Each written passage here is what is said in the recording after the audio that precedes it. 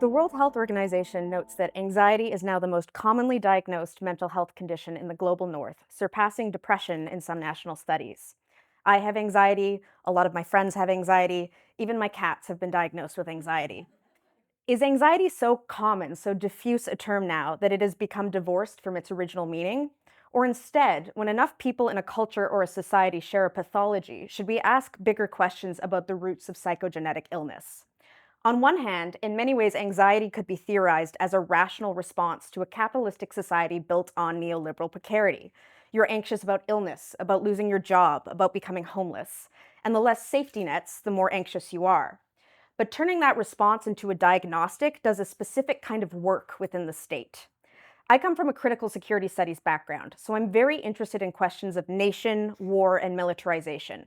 However, this field has historically neglected emotion, disability, and the body, so this is a novel inquiry. So within this larger context, my research at the University of Cambridge asks two primary research questions. What and where is anxiety? And where and how are we seeing anxiety do the most interesting, provocative work within the contemporary nation state? So for my first question, I draw upon affect theory, specifically Sarah Ahmed's Cultural Politics of Emotions, where she posits that emotions are not just feelings we have, they circulate between bodies and they shape boundaries between the self and other, citizen and government.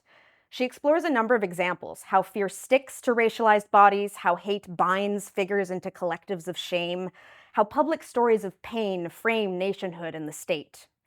I was intrigued by this idea because anxiety to me isn't sticky or binding. It's diffuse. It doesn't attach to one thing in particular. It moves across boundaries. It's anticipatory. It never truly dissipates.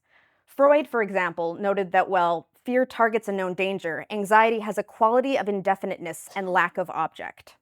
So I've started theorizing anxiety as moving like a spiral. The first case is that spiraling thoughts are a form of cognitive distortion in anxious thought patterns. But more than that, the spiral is a structural logic, a temporal misalignment, and the means by which anxiety sustains itself. So if anxiety spirals, what does it spiral around or through? To my case studies. So I'm very interested in the idea that anxiety is present across diverse communities, but the way that it acts is different.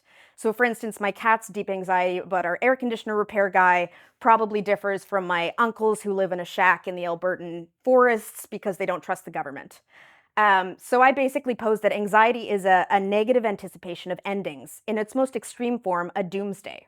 That's why my central case study is doomsday preppers. I find that their anxiety is the most explicit, the most material, and they're fascinating in that often the people who have been least betrayed by the state trust the state the least.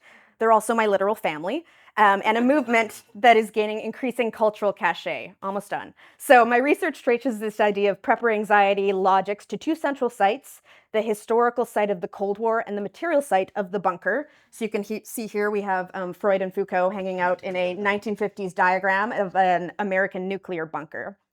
Ultimately, I argue that anxiety isn't just individual pathology, it's politically produced, it's governed, and it's a somatic political force that structures everyday life through perpetual what-ifs.